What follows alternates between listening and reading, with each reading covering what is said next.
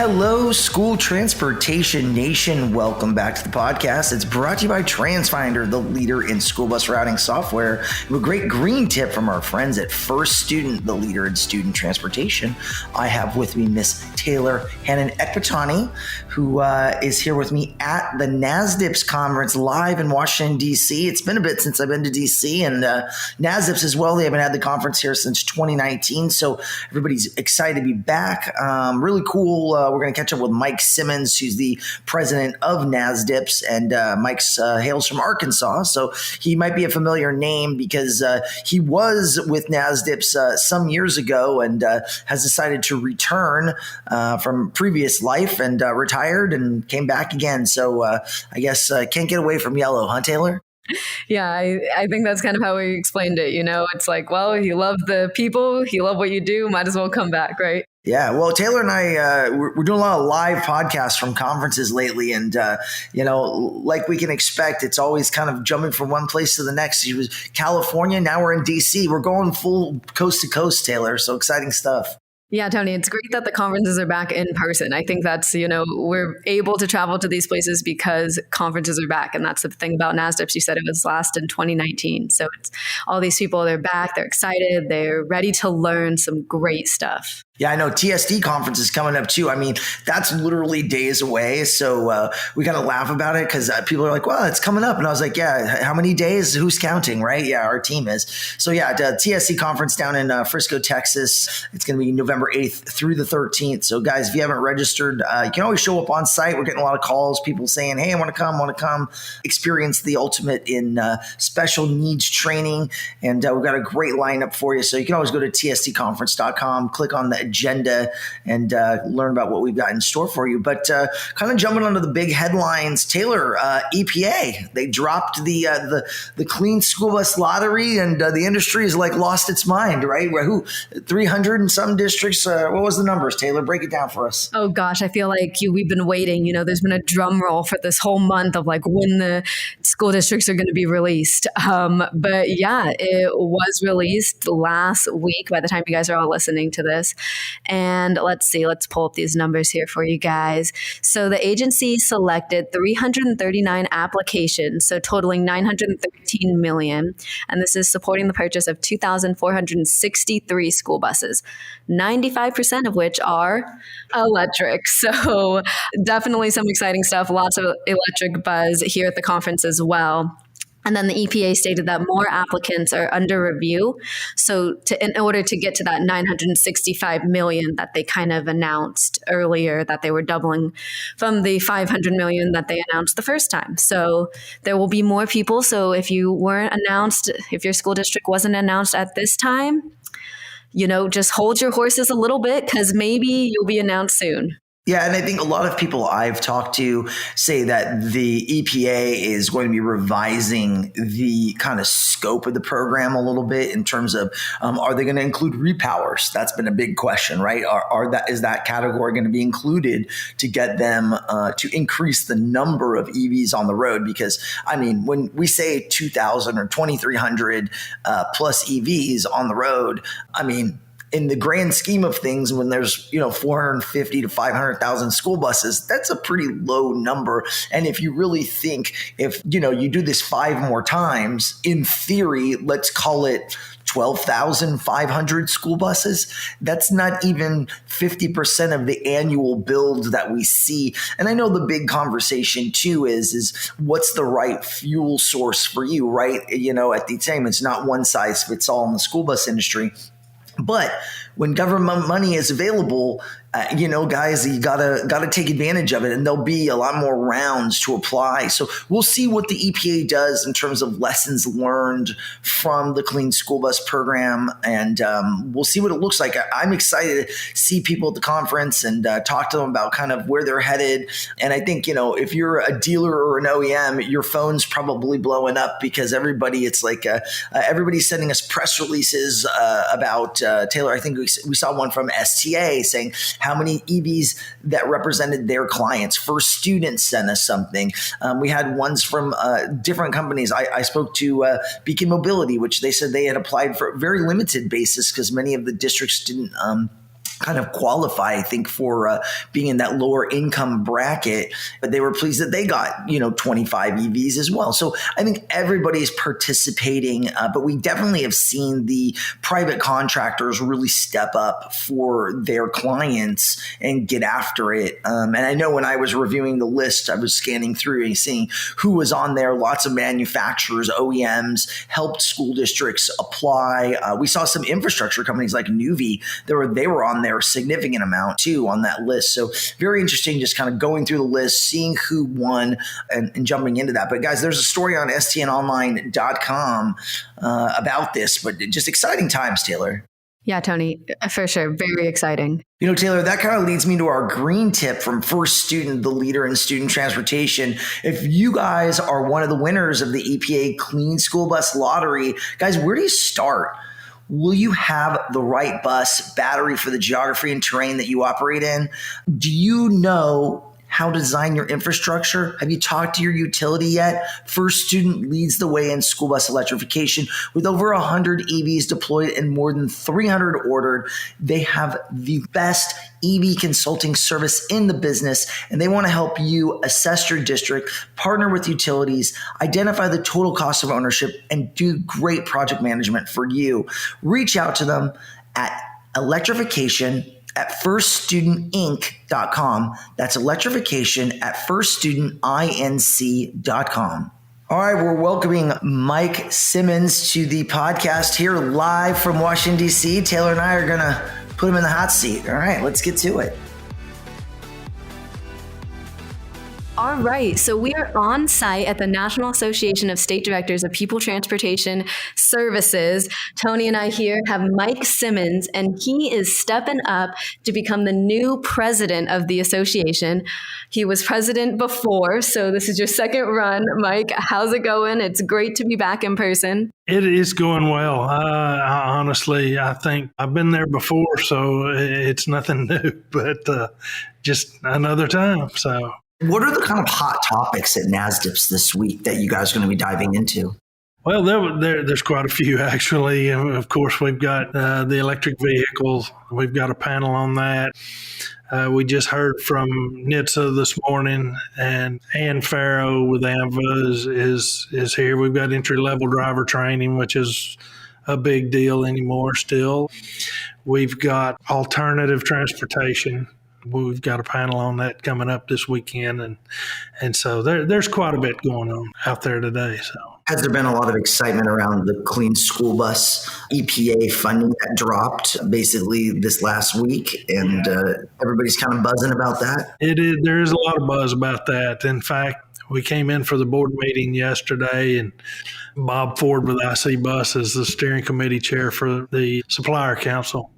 And his phone's been blowing up for 2 days now, so now my state, I think we had 4 school districts that received grants. So we'll see what happens there. Yeah, for those that aren't aware, Mike is also with the Arkansas Division of Public School Academic Facilities and Transportation. So in Arkansas, so when he says my state, that's what he's referring to. Take ownership of your state, right? Oh, yeah, you bet. It's funny because you actually retired in 2016 from People Transportation, and we have an article up, and there's some really cute pictures of Mike, and he's holding baby cubs because he went and worked with the Game and Fish Commission, but you came back in 2019, kind of before the pandemic started. So how's the transition been, in Arkansas? What are some initiatives there? I did retire in 16. I went to Game and Fish and as their fleet manager over there, just kind of another life. So did get to do a lot of fun things, play with bears and stuff like that. But my programs that I built at the Department of Education in Arkansas were kind of headed downhill, and they asked me to come back. So I did. I've enjoyed it. It was pre-pandemic. We've gone through all of that. It's been a challenge, but we're getting it through the other side of it, so hopefully, more face-to-face seeing folks and getting out there. So. And in the article, It's funny because I know you said something specifically. You said that you're not planning on coming back to hold any offices with NASDPTS because you held, presidency in 2011, 2012, and then you also held board positions. So you're back. What brought you back to the organization? I am back. Actually, the bylaws for the NASDPTS Association require anybody that's elected as president-elect to hold office to have prior board experience.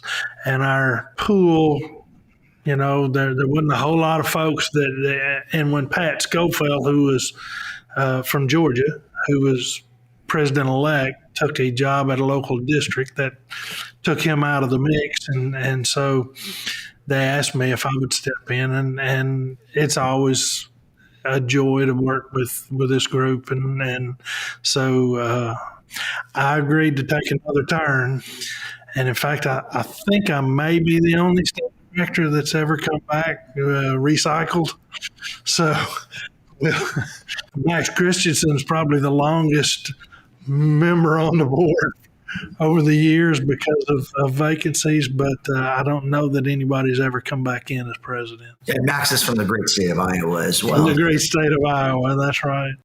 So speaking of which, we have a great Q&A with Mike and I guess past president now, Patrick McManaman. And so you guys are kind of talking about him stepping down, you stepping up. But one of the things that you mentioned in the Q&A in November, which if you guys haven't read it yet, definitely wait for that on November 1st, but was getting more state directors involved in NASDPTS. So what's kind of the process there? What are the first steps? How will the outreach start? Well, I mean, there's been such a turnover in the last 5 to 10 years. Yeah, there's not many of us old guys and gals still around. And so with the new group of state directors, I think we, as, like I said, the old guys, just need to make it a point to mentor, to work with these folks and instill the fact that you need to step up and serve, and you really get more out of it than you think you're going to get out of it. It is a lot of work, but it's well worth the effort. And I think that's just where we've got to start. We've got a pretty good crew here. I think we've got 32 state directors here this time, which is around normal, maybe a little more. So, the more we can get to participate, and hopefully we'll get some new blood in on the board and keep that moving. This is the first time NASDPTS is in person since 2019.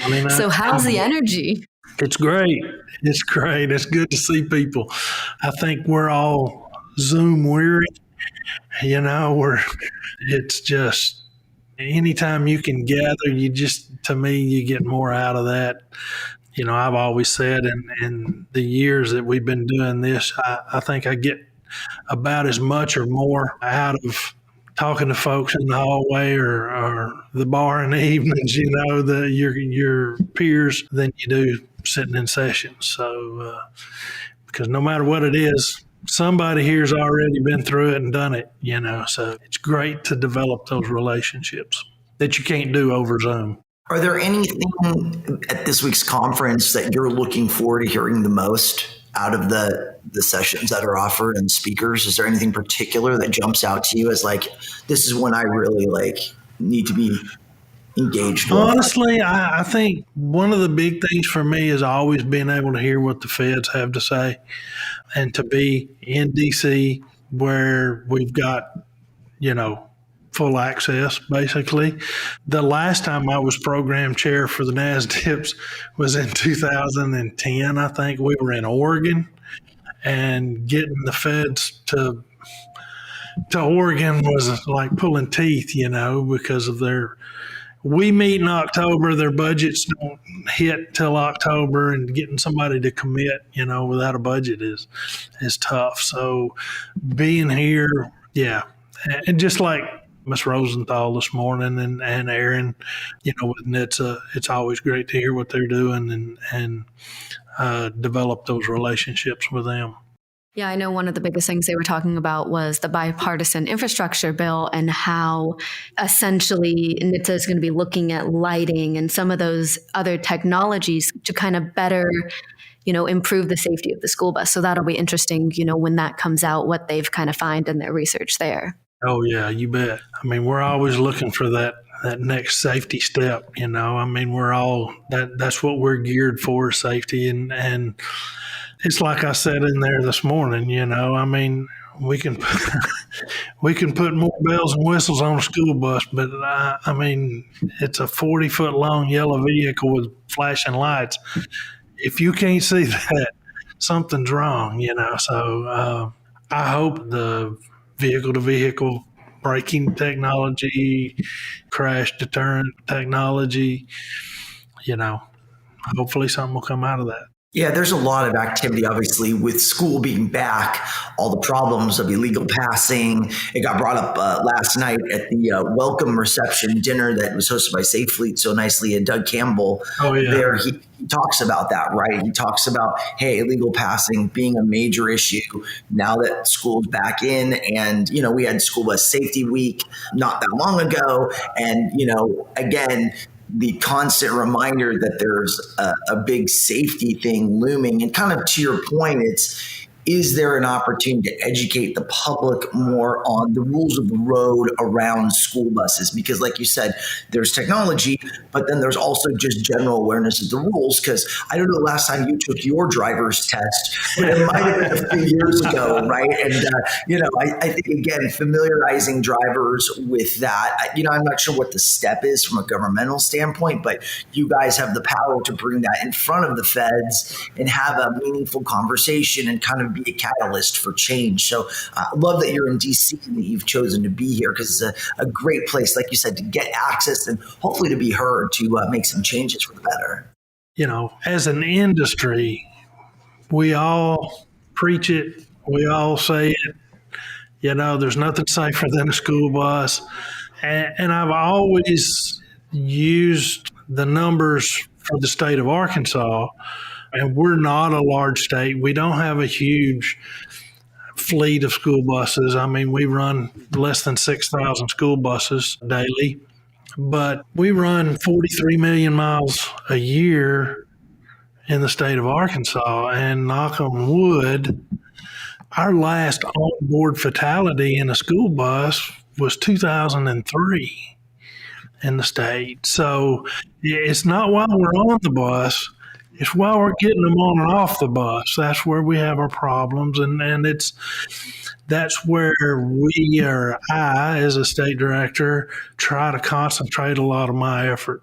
And those numbers, the unloading and loading passenger safety data, will also be released at this conference. So not at this recording, it hasn't been released, but by the time you guys probably listen to this, those numbers will be out. I know there's a presentation on that. So kind of to your point. Yeah.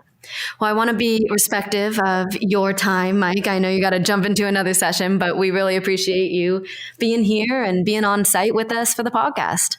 Well, we appreciate y'all doing this. What does it say? Any publicity is good publicity, but we're trying to get the word out. So we appreciate working with you guys and, all of the media, that's getting it out to the public. Great. Have a great conference, Mike. Thank you. All right, guys, before we go, have a special message from our friends at TransFinder about their quartet. That's 4 solutions that will keep your team singing from the same songbook and bringing the music to your ears. That's Route Finder Plus, the lightning fast browser-based routing solution that creates the safest and most efficient routes and bus stops. Stop Finder, the industry-leading parent app that shows where students are in real time. Wayfinder, the driver app for drivers and substitutes. And Viewfinder, which allows authorized users to monitor your entire operation. This award-winning solution works in harmony together. It'll keep you singing from the same songbook. You can get it by calling TransFinder at 800-373-3609 or email them at getplus@transfinder.com. You'll be singing in no time. All right, special thanks to Taylor and Mike for joining us from this live recorded episode from Washington, D.C. Super excited to be here. Excited for the conference. So much happening here with NASDPTS. Special thanks to TransFinder and First Student for sponsoring this episode. We appreciate you guys very much. Guys, check out the latest and greatest stories, stnonline.com, for everything you need in the school transportation industry. Remember, guys, share this podcast. Get it out to the community. We're on Apple Podcasts, Spotify, stnpodcast.com. We love you, nation. We'll see you next week.